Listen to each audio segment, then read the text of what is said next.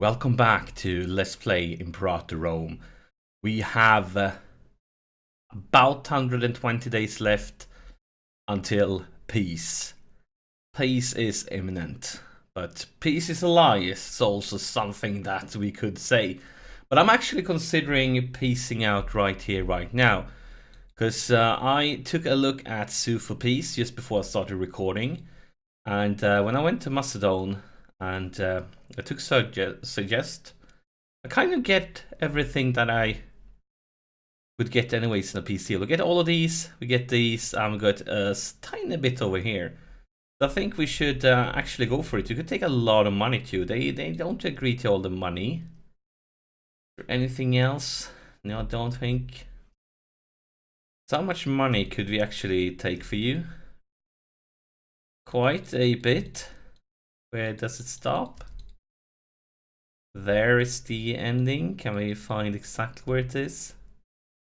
So I think we're going to piece them out now. There's no reason for us to siege this one down, because we're probably not going to take any more anyways. We're going to get a huge chunk of aggressive expansion though. A huge chunk. But and I think the reason for us getting so much aggressive expansion is I believe we have claims on all of this. I don't think we have claims down here. And as you can tell, these guys, what we're taking right now, these two is costing so much more aggressive expansion compared to the other ones. So I believe that's the reason that we are conquering basically the only Macedonian land that we don't have claims on. But I don't care. We are Rome, and this land belongs to us. It do. It really, really, really do. So we are going to take a separate piece with just Macedon. We are going to liberate some of your provinces, and there we have it. Look at this, beautiful. And then we are going to go ASAP to the peace deal, the real peace deal, because this was the guys who went to war against. And of course, all your land belongs to us, and all your money too. So send some monies over here. And now we're going to have these families, and we're up to 32.35%. Yeah, we have some aggressive expansion. We do. I am willing to confess that we have some aggressive expansion. So we I mean, does a 0.5 aggressive expansion even matters? But at the same time, we don't need popularity. We're at the max, and we got some great families in the last episode. I mean, in the last episode, we got the glorious Senoid family to join us with an 11 marshal, with an 13 in what the heck civic, and so on. So yeah, we could, even though it's just 0.5, we can take it. Now, of course, all the sieges should be done. We want to keep the mercs. It costs us military power whenever we hire mercs, but I still think like we should let them go. We're probably not going to use mercs in until we fight Carthage, perhaps. So let's guys, come on, you're free, run home. And the same with these guys. Here they are. With this very, very bad leader, you are free, run home. Now, how do the unrest look? So the unrest is not great. Not great at all. I mean, with this aggressive expansion, all the guys with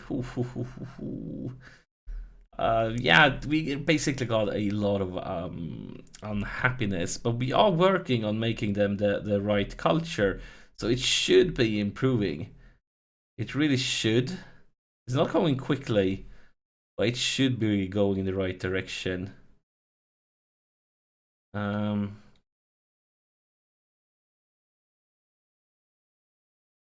what? Yeah, we are not. We're actually not even using this. So let's change this around to culture assimilation to get this one correct. We have culture assimilation over here. We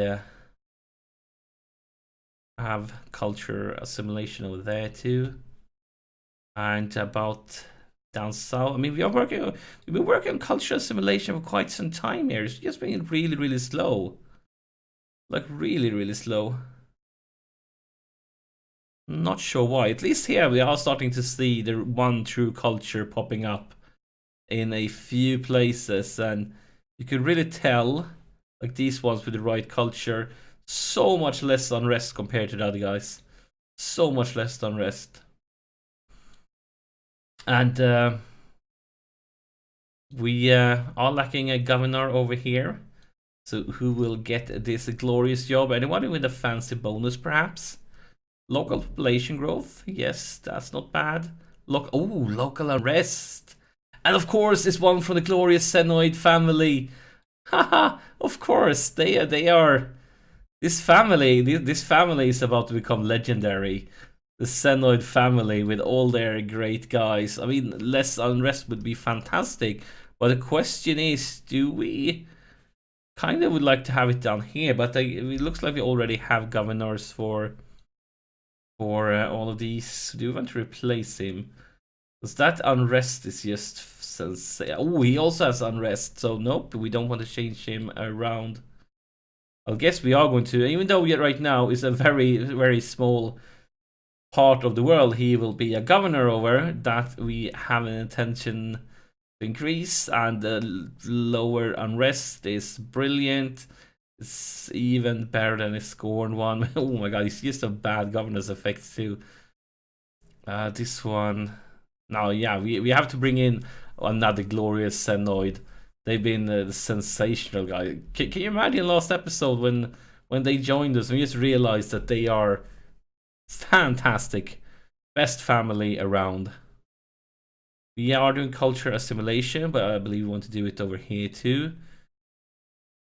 Yes, we really, really do.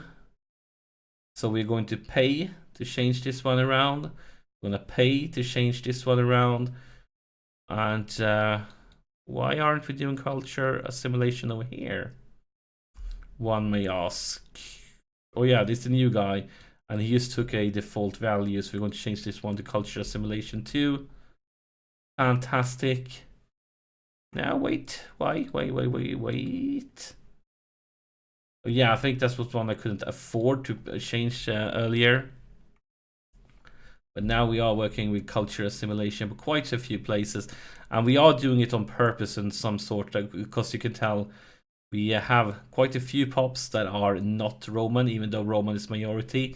That's why we are still doing it in some places where you could feel like, why still why? But we're probably going to change a few of these around later on. But for now, it's not a trouble. We don't need anything else. We just have a huge chunk of unrest in these parts of the world. I mean, the war exhaustion doesn't make things easier either. It doesn't, but yeah, this aggressive expansion is. I mean, wrong culture and happiness. Wrong culture group on happiness 31.8%, and wrong culture happiness minus 15.9. So we need to look into things. Can we colonize? No, we need to move pops to this one. So we have 4, 8, 9. We need to move one pop over there. One tiny guy. So let's just move a slave because it's the cheapest. I think that should be enough. So let's move it to Picardia. And now we have 10 here. Now we could colonize. No, we can't, because the religion is wrong. Darn it. We can't colonize because of the religion. But why could we colonize this one before? I'm not quite sure. But one thing we... Can we have a look? Can we... I mean, the culture is more or less fixed here. So we don't need any more culture assimilation. Let's just try it. I'm willing to pay for this because it's because it's going to be for science.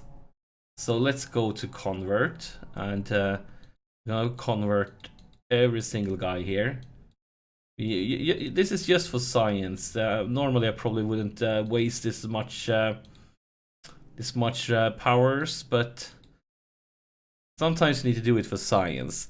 Now this one is our culture. And can we now colonize? We can. We can't use slaves, but we can colonize with other guys. So that's what we have to do to be able to colonize all the way around. And we most definitely want to colonize all this before somebody else do it. So let's we can move one of let's see, can we pick whatever? Let's just send a tribesman over then. So now these are part of our glorious nation. And now we could change this one around to religious conversion. Fantastic. Now we need to start looking at our armies too. This aggressive expansion is not great. I think we need to just roll back for a while. Just keep our armies here and reflect on our future. There we have a port. These guys, of course, need to get back. Send them down here. Down. I mean, we clearly want to do a lot of more stuff, but also we could spend some money. Can we build something over here? Maybe. Pretty green here. We have a lot of tribesmen we want to promote to, because tribesmen doesn't do as much good at all, but I don't feel like we have the resources to promote a lot of them right now. We might even in the future use something that auto promotes them, because you can do stuff like auto promoting in this game, which is pretty neat.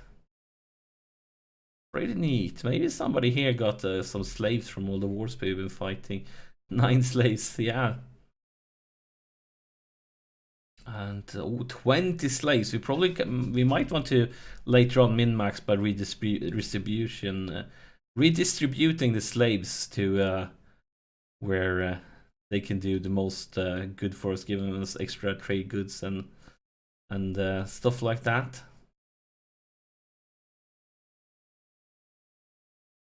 Wish there were an easier way to really see where we should build it, because you go for the macro builder, and but it doesn't tell you like where would it be a good place to build these ones. I wish there were a easy way to see things like that. But now we spent most of our money. This one, call for peace, should go away, shouldn't it? On call to peace. Now we only have disloyal provinces, and we have the friggin' civil war ends. This will be interesting, and as I say interesting, of course we have interesting as an option. So take a look. This doesn't look like a civil war is ended. It looks like a country in complete war. But it ended in the rebels' favor. But who are you at war with? You're at war with Macedon, you're at war with Britannia, Mysia, Decapolis, Phrygia, Paroria, Pisidia. I'm probably bushing all these names. Lamira, Chios, Philos. I'm just surprised that the Seleucid Empire and Egypt doesn't see their opportunity when these guys are imploding. If I was in Egypt, I would have conquered this part, and as the Seleucids, I would have rolled in and take over that part. But let's see if something changes here. We can look at their nation, see if anything happens because of the civil war ended. It doesn't look like it. Not at all. A foreigner arrives. He's a member. So who are you? Your skills are garbage. interesting. I'm not sure if it's interesting, but he has arrived.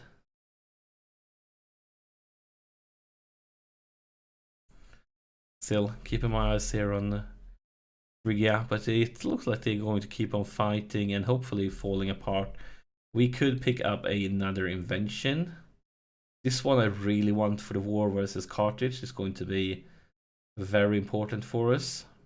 I mean, this one is going to be important too, because we are going to build a lot more boats for that before that happens. Commerce income is of course great, but money a huge problem. But yeah, capital for all this one. Whenever I see it, like, oh, this is fantastic, and then I remember that the whole world hates us and nobody wants to trade with us.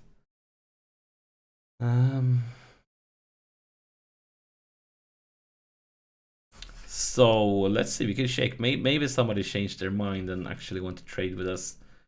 It's highly unlikely, but yeah. Nobody is interested in trading with us. But now, of course, it says that because we don't have any available trade routes, but still, I would really like some less aggressive expansion. That would be really fine.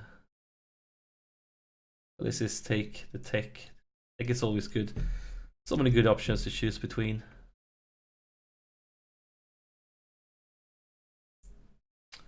The Hellestical local power of a Bontian or something like that. It's just a council, some military access we gave them before that we forgotten about. And some advances, fantastic. So, do we really care about this one? It's just a number, right? We should be going to war. We shouldn't be standing here doing nothing. We should start looking around who we should integrate in our glorious empire next. And we know that we need to take care of the south. But we also know that we have quite a lot of land here of our culture that would be much easier with less trouble and unrest, which makes me believe maybe we should prioritize this one first. May not be a bad idea to try to prioritize that. But 49k, really?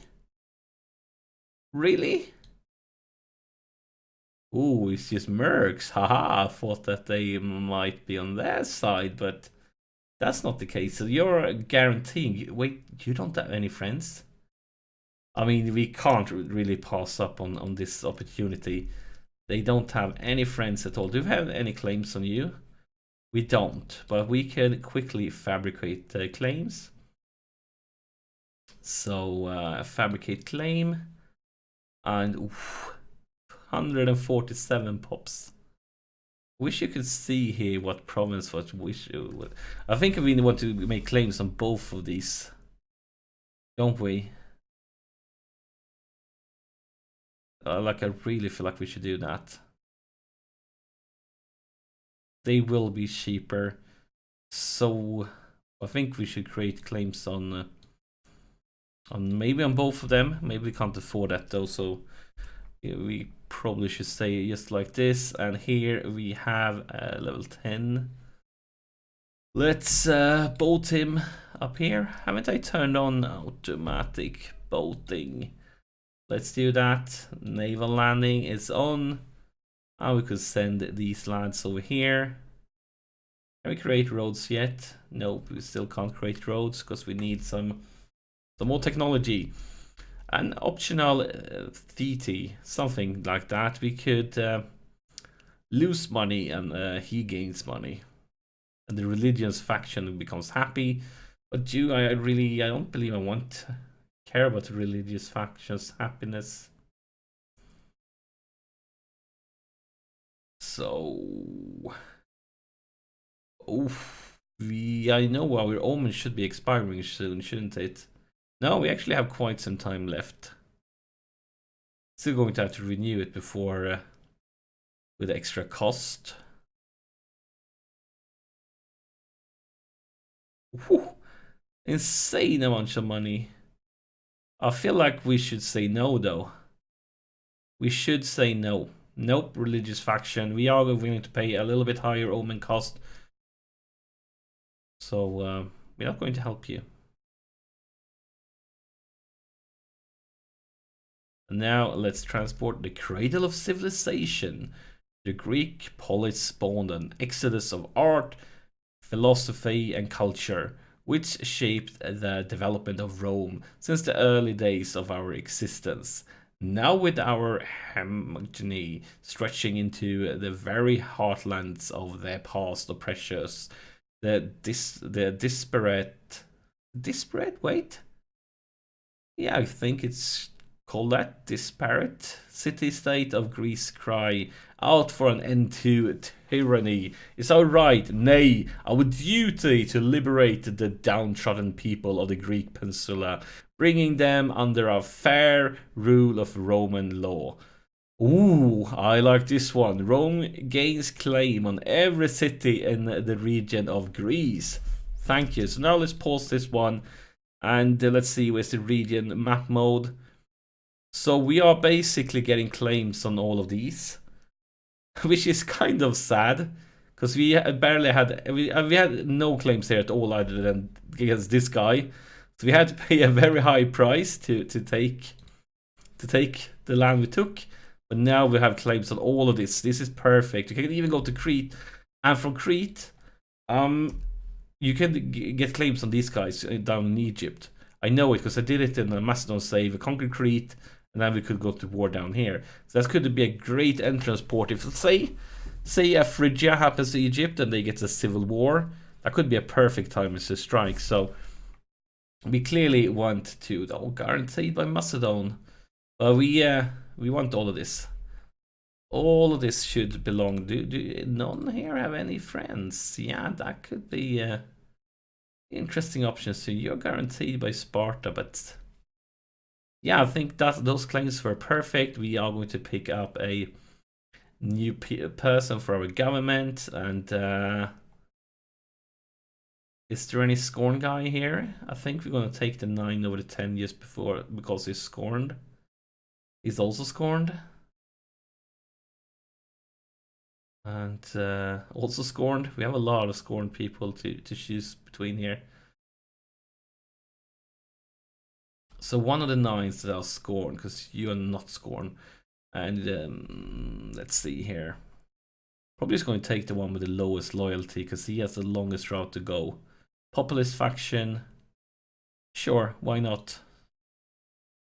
I think this is the perfect timing to end this episode. As always, thank you for watching, and I'll see you in the next one.